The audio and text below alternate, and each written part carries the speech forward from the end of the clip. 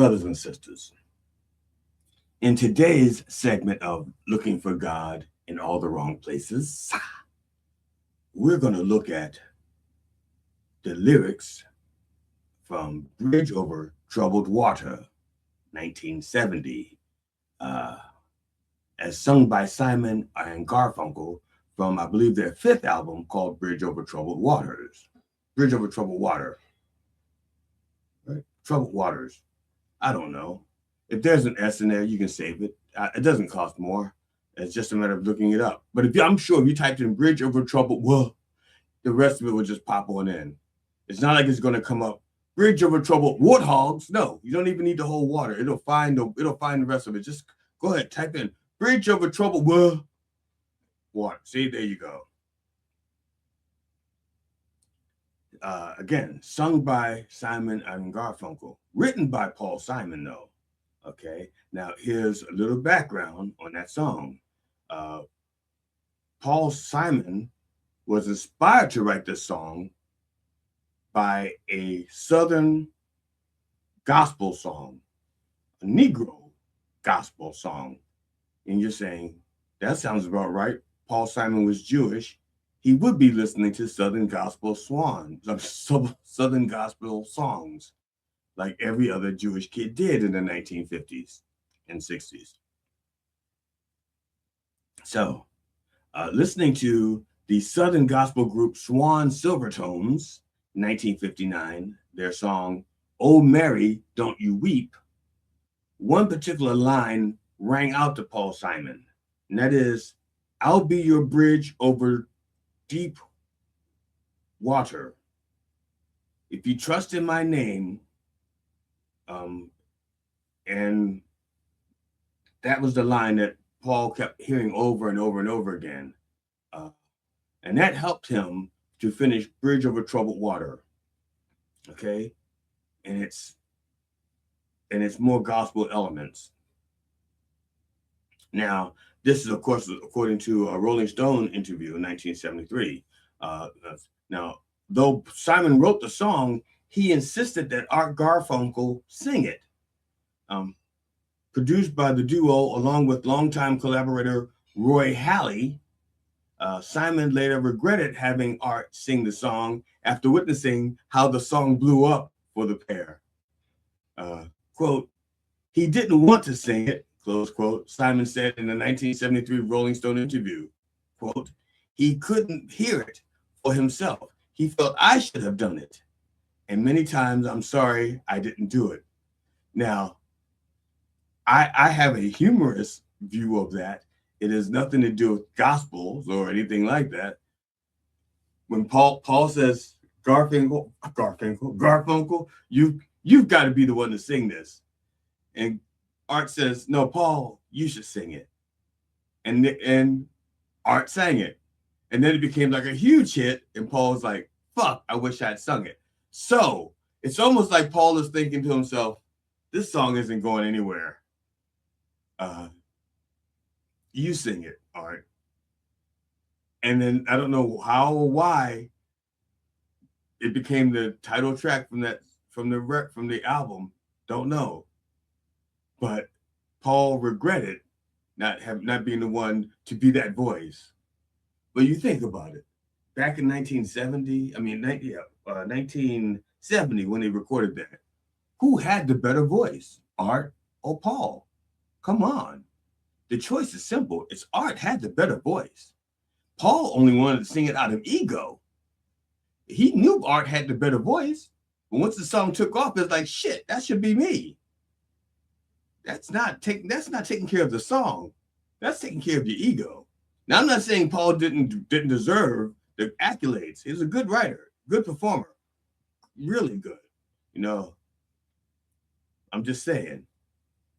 Now to the song itself, to the song Bridge Over Troubled Water. Okay. The first stanza. When you're weary, feeling small, when tears are in your eyes, I'll dry them all. I'm on your side. Now, this is going to be kind of tricky for me because I'm going to be flipping back and forth between this and the lyrics that inspired it, because this was inspired by a gospel song. So even though Paul was not a Christian, he was raised Jewish, the song itself is told from the point of view from the Jesus guy or the God guy. Okay? Now they're not the same thing. He said, I will dry them, I'm on your side. Now, in the original gospel version, the silver tones would say, Mary, don't you cry. And I'm here for you. I mean, after all, I drowned Pharaoh's army, didn't I? I drowned Pharaoh's army. I'll be there for you. Now, the sheer fact that in that version, now that's, like I said, in the original, this is what he's listening to when he's writing this. He's listening to this song about God drowning Pharaoh's army while he's writing this. But he's going to de-Christianize it. He's going to humanize it, because eventually Paul Simon, even though growing up Jewish, he becomes a humanist, a self-proclaimed humanist. But he's still looking for that divine in here. You can feel it. You can feel it in the music. Okay? He continues, when you're down and out, when you're on the street, when evening falls so hard, I will comfort you. I'll take your part. Now, we all know, okay, here's a beautiful thing here. The human condition has its ups and its downs. And it says here that when you're down, okay, I will carry, look, I'll take your part. Whatever it is, I will ease that burden, okay? So you're down, you're out. When you're on the street, now I don't know if he means that homeless or working, okay? I do not know. But it's at nighttime because it says when evening falls so hard. Okay, so if he's talking homeless and you're on the street, I'll take your part. I'll be homeless for you. And if you're on the street turning tricks, he'll turn the tricks for you? I think that it's like he will take the emotional part, that burden, because I don't think he will be turning tricks for her, and I don't think he's going to be giving up his house for anybody. And like I said, the Lord says, in my house there are many mansions. I would not say so if it were not true. So maybe he's taking her one of those places. Again, when you're down and out, when you're on the street. Now, this stanza here is the one that I guess this may be where he started the whole song when he began writing it. This is from, like I said, straight up inspiration from Oh Mary, Don't You Weep. I believe is that what it's called? I forgot if that's what the actual song is called now. I believe the original song was called Oh Mary, Don't You Weep. I did not write it down. I can't believe. Oh yeah, Oh Mary, Don't You Weep. I did write it down. Okay, 1959. So this is the part of the song that is so inspired by Oh Mary, Don't You Weep. Oh, when times get rough and friends just can't be found, like a bridge over troubled water, I will lay me down.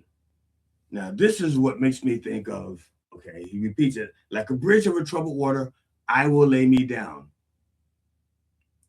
See, if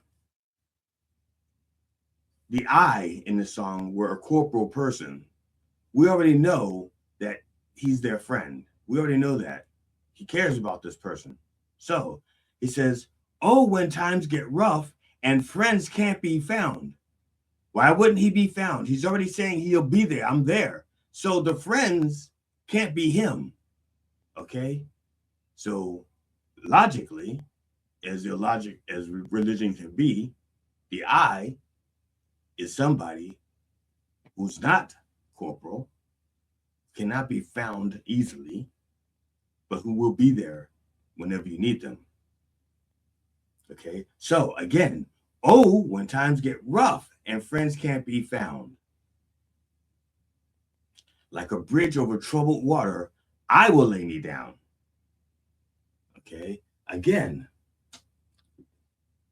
it is my firm belief that whether Simon believed in a Jesus or not, he believed in a savior type figure, maybe a Messiah, maybe God. But whatever it is, it's not him. It's something greater than him that will lay themselves down and take these burdens away from you. Okay? Yeah, when you're out on the street, I will be there. Regardless of what it is, I will take your part. That's a big burden for any one person and a big fucking claim. Okay? Those are the kind of claims a man makes to a woman when he's just trying to get laid. Hey, I'll be there. Whatever, hey girl, I'll be there. All right? Whatever it says, I'll be there. And then as soon as he gets what he needs, he's like, oh no, that was my dick talking. That was, yeah. I'm out of here. See, so this is why I maintain that this is a spiritual song. It is a song about something greater than you, greater than us, helping us out. The next line says, when you're down and out, when you're on the street, when evening falls so hard, I'll comfort you, I'll take your part. And did I read that? I don't. Let's see, did I forget to scroll? Yes, I did. I apologize. I forgot to scroll.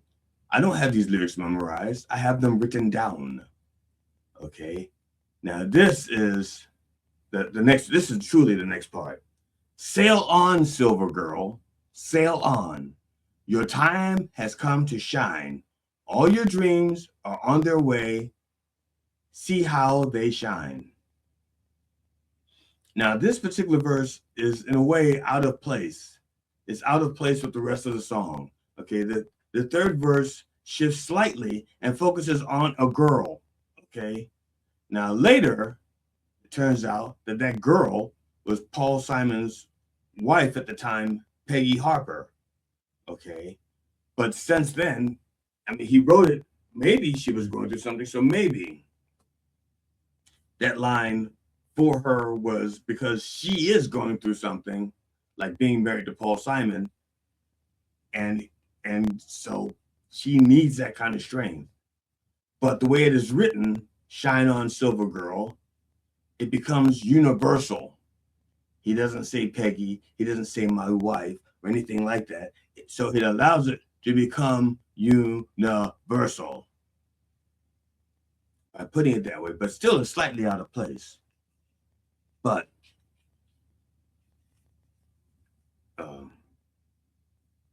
it says in the song, it says, all your dreams are on their way, see how they shine. Now, again, it seems a little inconsistent with the rest of the song, almost as if he added it in later, like he wrote the entire song, and then he goes, something's missing, I want to add this. It's hard for me to say. It just doesn't quite fit in with the rest of the song. But who am I to say? I'll tell you what, I'm the one interpreting this. So I'm going to say he fucked up. Well, not really fucked up. But like I said, it seems like an afterthought, like an addendum. Like maybe somebody said, this song needs like 30 more seconds. 30 more seconds? I got 30 more words. Okay, then it follows. Oh, if you need a friend, I'm sailing right behind. Okay, again, he's going right to Silver Girl, who sail on. It's like, okay, I'm sailing right behind you. I'm right behind you. Like a bridge over troubled water, I will ease your mind. Okay. Like, it's hard for me to say whether or not this verse was added because Peggy was going through something and he thought, wow, I should be there for her. Just like in the song I just wrote. Just like that. I should be there. Don't know. I'm just saying.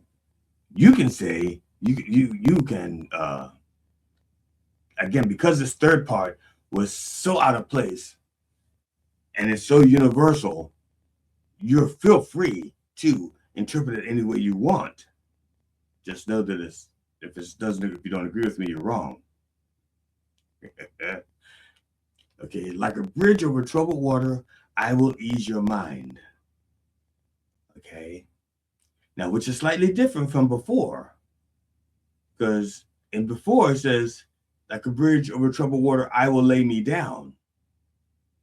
Okay, making it easier for you to cross over, not having to touch the rough waters.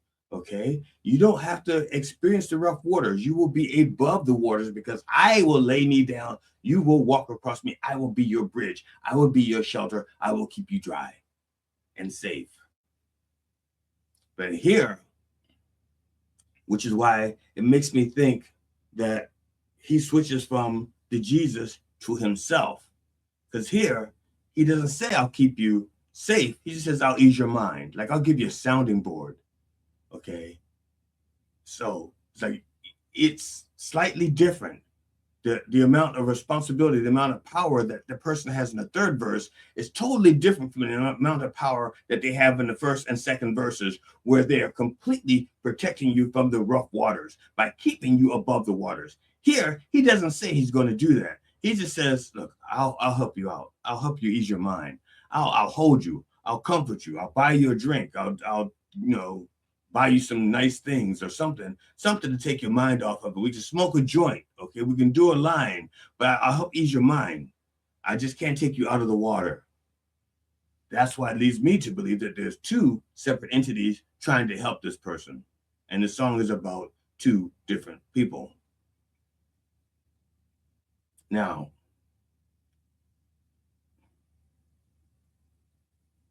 the original, I'm going to go back to the original song that this is based on. It's called Mary Don't You Weep. Oh Mary, yes, Oh Mary Don't You Weep. In that song, it frequently says, instead of saying, because the line about being a bridge is only mentioned once toward the end of the song. The rest of the song, God keeps saying, and Jesus keeps saying, I drowned Pharaoh's army for you. No, not for you, but I drowned Pharaoh's army. I will take care of you. Okay, they got drowned in the sea one day, down in the Red Sea. So I'll take care of you. Don't you weep. I'm there. Okay, that's in the original song. And it's not until much later when he says, one time, I will be your bridge over deep water if you trust in my name. Okay. Now, that song does not have a lot of lyrics in it, but they're deep. It's moving, it's touching. And I think the third verse, I think what he's saying, I think, don't know, is that I don't think he's offering to be her savior. Like I said, he doesn't claim to have the same powers of keeping her safe from the waters, just being able to ease her mind. But that's it. It's a short one. It's a sweet one. It's a beautiful song. To this day, when I sing it, it can like move me a little bit. And I hope you feel moved by it as well. Now, before I'll tell you what, I have a little bit of time here. I want to deliver a message to you. But before I do so, I want to promote G.D. Fenderson's and Alan Katz's podcast, What Makes Us Laugh. We can play that little clip there, let people know all about what makes us laugh. Hi, I'm Alan Katz, writer, producer, and proud professional podcaster. And I'm GD Fenderson, certified forensic humorist. And we have a... I'm sorry, GD, I don't hate to interrupt, but what the hell is a certified forensic humorist? I'm the guy the comics call to find out why a joke died. Oh, you're a coroner for jokes, but cornier. Want to know why that last joke died? Because you wrote it? What Makes Us Laugh? New episodes drop every Tuesday. Find it wherever you find your favorite podcasts.